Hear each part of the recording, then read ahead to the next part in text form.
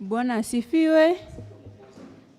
Somo letu linatoka katika kitabu cha Waefeso mlango wa 3 kuanzia mstari wa 1 hadi wa 6. Somo letu ni Waefeso mlango wa 3 kuanzia mstari wa 1 hadi 6. Na tusome. Kwa sababu hiyo mimi Paulo ni mfungwa wake Kristo Yesu, kwa ajili yenu nyinyi mataifa, ikiwa mumesikia habari ya wakili wa neema ya Mungu niliyopewa kwa ajili yenu, ya kwamba kwa kufunuliwa nalijulishwa siri hiyo, kama nilivyotangulia kuandika kwa maneno machache. Kwa hayo muyasomapo, mtaweza kutambua ufahamu wangu katika siri yake Kristo. Siri hiyo hawakujulishwa wanadamu katika vizazi vingine walivyotanguliwa.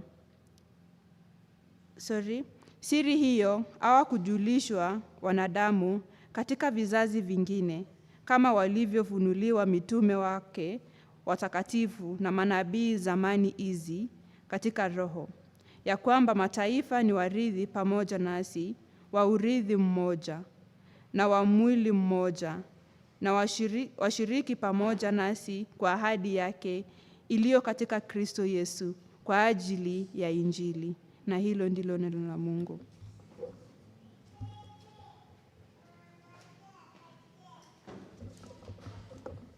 Kwa hakika hilo ndilo neno la Mungu. Sifa kwa Mungu. Tushukuru tunapoomba tukiingia katika hili neno. Baba, asante kwa sababu ya siku njema ambayo Bwana umetuandalia. Tunakushukuru kwa sababu ya mwanao Yesu Kristo ambaye alikufa pale msalabani, na kupitia damu hiyo yake tumeweza kuunganishwa pamoja na Mungu. Sisi ambao hatukuwa na tumaini, sisi ambao tulikuwa bila Mungu, sasa tumeletwa karibu tuliokuwa mbali. Asante hata kwa sababu ya kifungo ambacho Bwana tunaangazia siku ya leo. Tunaomba kwamba Bwana ukaweze kutufunulia wazi siri hii ambayo umefichiliwa, hata kwamba tunaweza kuwa washirika pamoja na wale wa jumuiya ya Mungu, wale wa Israeli. Lihimidiwe jina lako tunapozidi Bwana kulisikiza. Saidie kwamba nitauleta kwa njia ambayo Bwana inaeleweka, na kwa njia ambayo Bwana ni ya umakinifu, ambayo haitawacha nje yale ambayo Bwana unanuia tuyajue siku ya leo. Kwa jina la Yesu Kristo tunaomba na kuamini. Amen. Hamjambo. Mimi naitwa James Okoti. My name is James. Na ninashukuru Mungu asubuhi ya leo ameniokoa kwa wingi wa rehema zake. Pia ameniwezesha kufika siku hii njema ambayo pia tunaangazia pamoja kwa kifungu hiki, mlango wa 3 wa Efeso, mstari ni wa 1 hadi 6.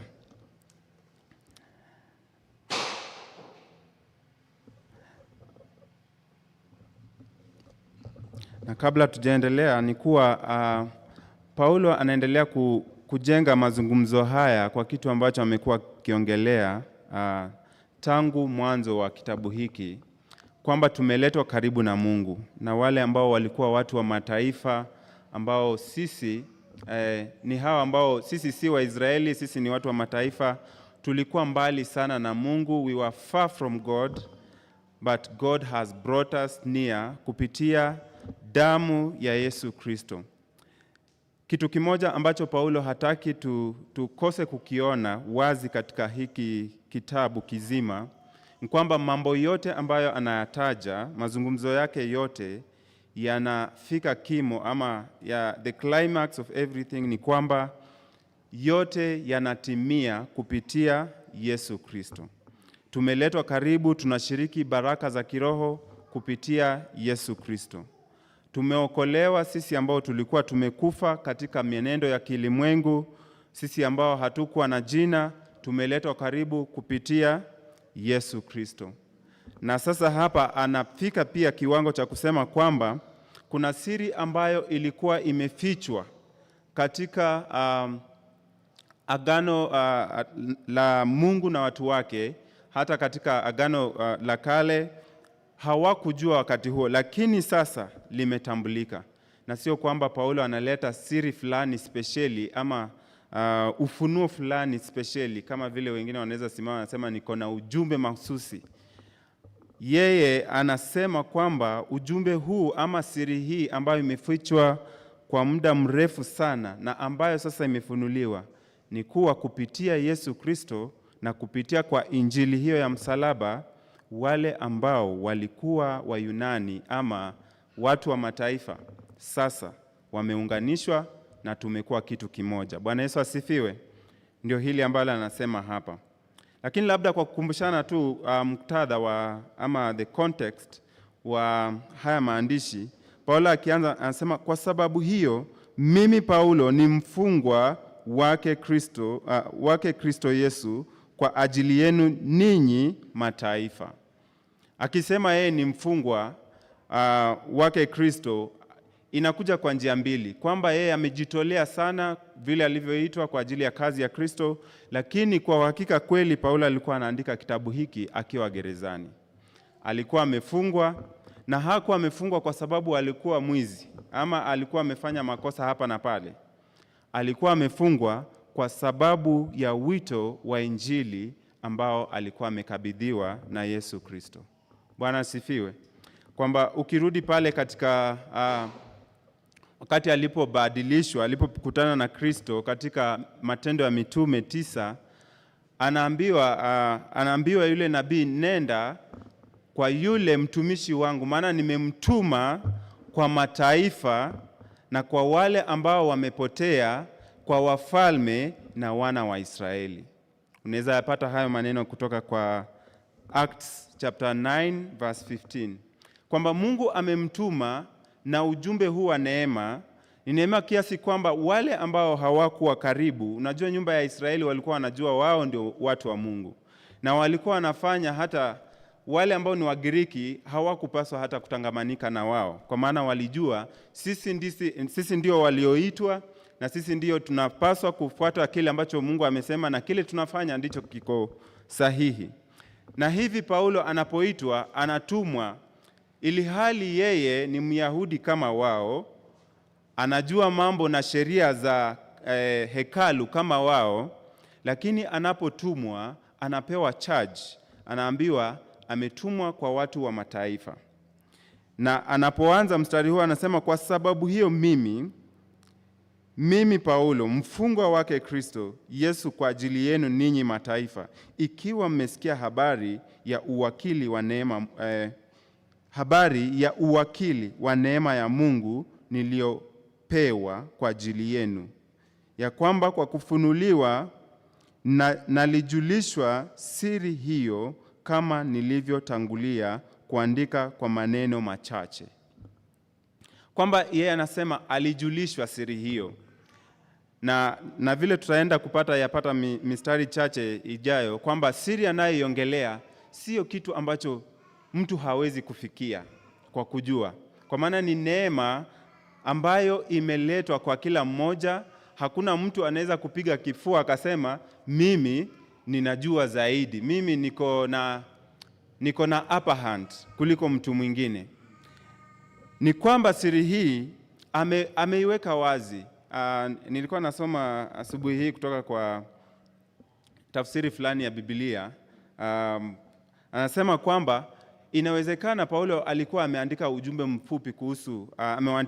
mfupi kuhusu siri ya Kristo. Na anawaambia vile mnaweza kuwa mmesikia na mmesoma kuhusu ujumbe niliowajulisha, mnajua hata kabisa kuhusu mambo ambayo nimeandika, na kwamba vile nimetumwa kwa sababu ya neema hii.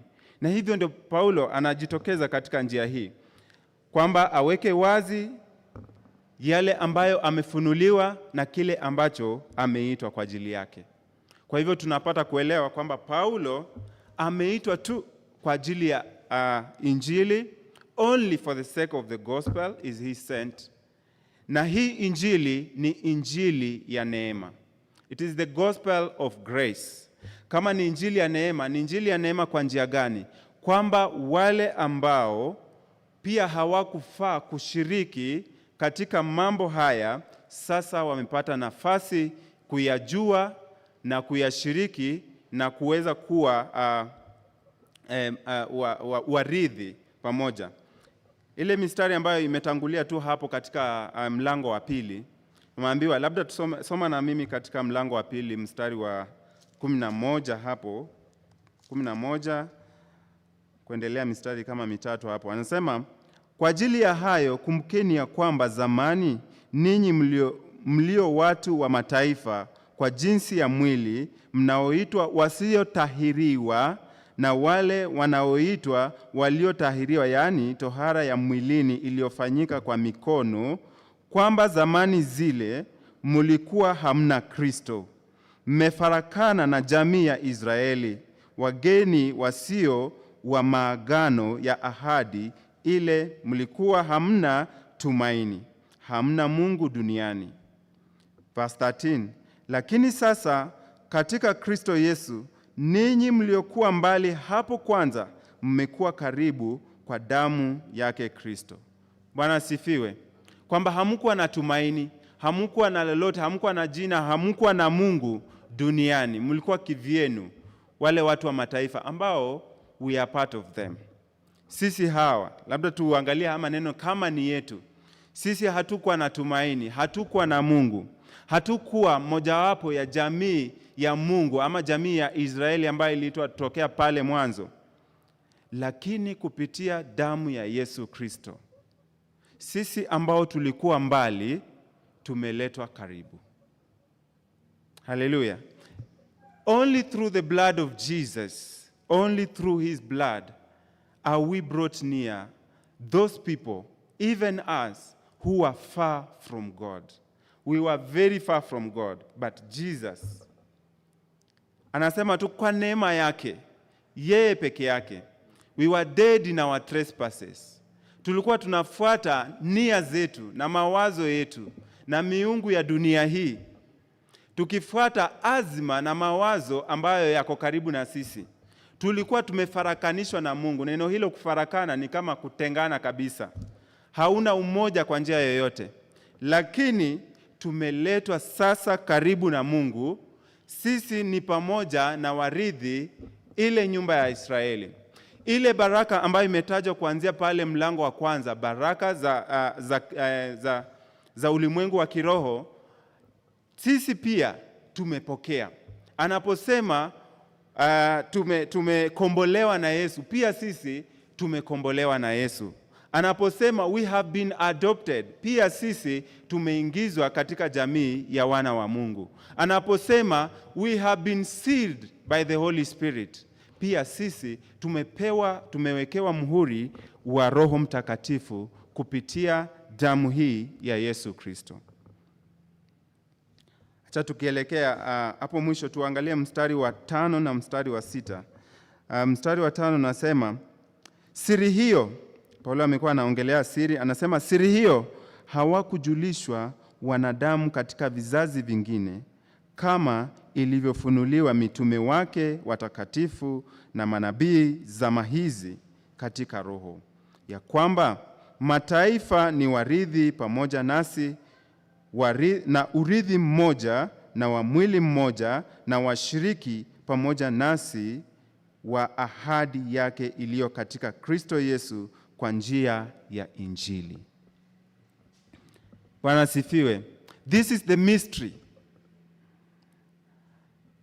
Siri ni kwamba wale ambao walikuwa mbali ama wale wa mataifa, kupitia Injili ya Yesu Kristo wamefanywa warithi pamoja na wale wa Israeli. Wamefanywa wale ambao ni washirika pamoja katika ahadi ya kiungu. The promise is now for everyone. Ahadi hii imefika sasa, imetufikia pia sisi tuliokuwa mbali, na anamalizia kwa kusema kupitia Injili ya Yesu Kristo. Hapa Paulo anajaribu kumaanisha, anajaribu kuongea mambo mawili, kwamba wale ambao ni waumini ama wale ambao wanaitwa kwa jina la kanisa, kuna vile wanafaa kuonekana kwa mwonekano wa umoja wa kiroho. Na pia kwa njia ya pili, kwamba mafundisho ambayo yataitwa Injili hayapaswi kuwa mafundisho ya kutenganisha ama ya kuweka viwango ama ya kusema huyu ni rangi hii na huyu ni rangi ile. Yote yanafaa kuwa mafundisho ambayo yanaonyesha kwamba sote tumekaribia kwa Mungu. Na hapo mstari wa 5 ametuambia kwamba siri hii haikuwa wazi kwa wale wa zamani, haikuwa wazi kwa manabii wa kitambo. Kuna mifano miwili kwamba mifano kadhaa katika Agano la Kale, ukisoma Biblia, kwamba Mungu ameonyesha neema yake hata kwa watu wa mataifa, na labda hawakuelewa until when Jesus comes and dies, and now people can be able to comprehend by faith. Wakati wa Pasaka, ukisoma Kutoka mlango wa 12, labda mstari mdogo wa 47, naweza soma tu. Anasema, na mgeni atakapoketi pamoja nawe na kupenda kumfanyia Bwana Pasaka, waume wake wote watahariwe, ndipo hapo akaribie na kufanya Pasaka, naye atakuwa mfano mmoja na mtu aliyezaliwa katika nchi. Lakini mtu yeyote asiyetahiriwa asimle ama asishiriki katika Pasaka hiyo. Alikuwa amepea Abrahamu agano ya tohara, kwamba mwanamume yeyote aliye katika nyumba yako, ili ashiriki agano langu ambayo ilikuwa symbol ya salvation, lazima apitie tohara. Atakapopitia tohara atakuwa kama mmoja katika agano hili ambalo litadumu milele. Na ikifika katika Pasaka, wale ambao ni wageni, foreigners, were not supposed to take part in the Israelites Passover, katika kile chakula cha Pasaka. Lakini anawaambia, if anyone ataenda through circumcision, ambayo in the New Testament ni symbol ya wokovu, mtu huyo ataweza kuchukua Pasaka kama anataka kuchukua Pasaka, na atahesabika kama mmoja wa nchi ya Israeli. Watu hawa walikuwa wanainvitiwa, whether you are an Egyptian ama Israelite ama mtu yeyote, as long as umepitia ile ambayo kwa sasa ni kupitia kwa imani, wakati ule ungeweza kushiriki Pasaka na ungeweza kuwa mmoja kama taifa la Israeli. Na wokovu ule ambao ulikuwa unakuja kwa Waisraeli, pia wewe ungeweza kuokolewa. Na sasa katika ujumbe huu wa Agano Jipya, tohara yetu ni wokovu na imani katika Kristo. Katika Kristo hakuna Myahudi, hakuna Mgiriki, hakuna mtu wa mataifa, hakuna Muisraeli, sote tu jamii moja, jamii ya Mungu. Kwa hiyo tufanyaje? Matembeo yetu, mazungumzo yetu, tunapo interact one to another, we need to reflect that we have been made one in Christ. We need to reflect that we are now God's people. We need to reflect that we are a family. Sisi ni jamii ya Mungu. Tulikuwa mbali, sasa tuko karibu. Tunafaa kutembea kwa njia ya shukrani na kumpa sifa kwa sababu ya kutuleta karibu. Unakumbuka mlango wa 2 ukianza, tulikumbushwa kwamba tulikuwa wafu. Wale ambao tulikuwa tumekufa, tumefufuliwa, tumeletwa katika jamii na familia ya Mungu. Kwamba siku moja atakaporudi, hatutatengwa tena. Tutakuwa katika ufalme wake, tutamwona kama alivyo, tutashiriki uzima wa milele pamoja na wao waitao jina la Bwana. Bwana asifiwe. Kwa hiyo tuombe. Tunakushukuru Mungu kwa sababu ya neno lako, neno ambalo ni uzima, ambalo ni afya yetu na ndiyo chakula chetu cha kila siku. Hivi Bwana, unavyotufundisha kwamba tumefanywa familia moja, na hii ndiyo siri ambayo ilifichwa tangia zamani, ambao wa kitambo hawakuona, lakini imekufurahisha kwamba katika zama hizi tukaweze kujua kwamba tumeletwa karibu na wewe, tuliokuwa tumepotea, tuliokuwa tumehangaika, tuliokuwa hatuna tumaini, tuliokuwa hatuna Mungu duniani. Lakini umetupenda kwa dhamani ya damu ya Yesu Kristo. Na sasa kupitia injili hii tunaweza kuitwa familia ya Mungu. Litukuzwe jina lako kwa sababu ya wema wako. Kwa jina la Yesu Kristo tunaomba na kuamini. Amina.